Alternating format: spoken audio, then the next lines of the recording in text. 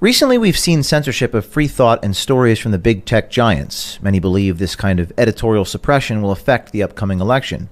But it seems the biggest tech giant of them all, Google, may have other ways to impact the election, this time coming from their ad sales division overseas. The Republican Party that wields that influence. So, like, what can be done in that realm? You can offer free credits, free advertising credits to Democratic parties to advertise. You can potentially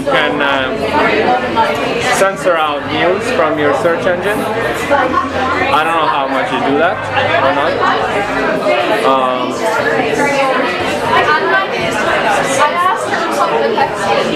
Yeah, I think that.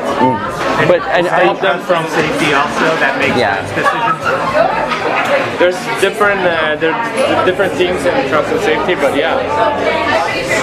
You would want to root for a rare progressive organization to have, at least as much say, or on the election. Kind of. Yeah. I mean, can't they play a role? And they do that. Like in what ways, though?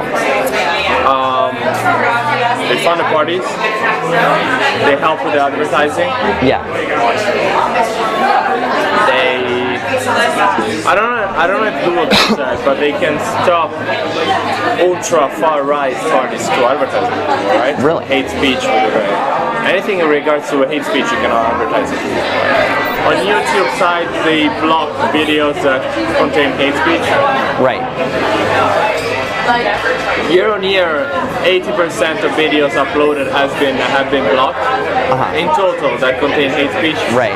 It will never be a 100%. That was Adriano Amaduzzi in Google's overseas ad sales division. He seems to link hate speech and conservative voices as one and the same. He unabashedly says that Google could get involved in our elections here in the United States by, quote, actually stopping right-wing parties from advertising, unquote. How do they determine hate speech, though? Like, it's not really a concrete definition. Well, it's human reviewed, right, by trust and safety.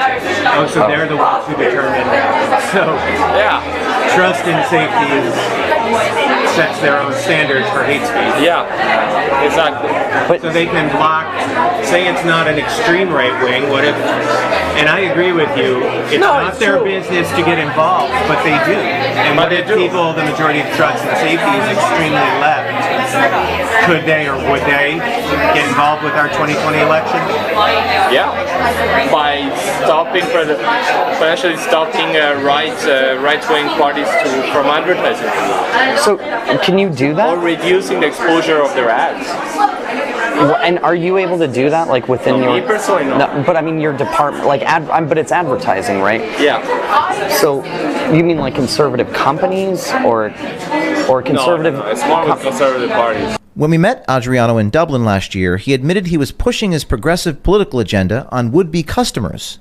And funnily enough about Brexit, I had a guy on LinkedIn, I don't know why, contacting me, say, hi, I'm the head of digital infrastructure of the Conservative Party of the United Kingdom. We would like to do advertising with Google. Could you help me with that? And I was like, that's awesome. I didn't answer. I was like, awesome. That's so. You're telling an Italian that lives in London that you want to advertise on Brexit, and so like promoting Brexit? Yeah, exactly. Promoting like blocking free movement of of European people. So. Right. And you're asking a European guy to help you do that. I'm like, sure. That's great. It's good because you're in a position. So same way that Trust and Safety was able to help repeal the 8th, you can have your own influence in a way, I'm guessing, right? Because you're the gatekeeper of what you're going to allow to advertise. So if they want to promote it, not really. I wish I was that influential. I'm just one of the pawns. But in a way you are, because you said you can say no, which is important. I didn't help it. And what are the majority of Google is liberals, very progressive. It's pretty clear that Google is editorializing and picking winners and losers. For the most part, it's being done in the shadows. Isn't it time for them to come clean and be honest about what they may be doing to impact the election?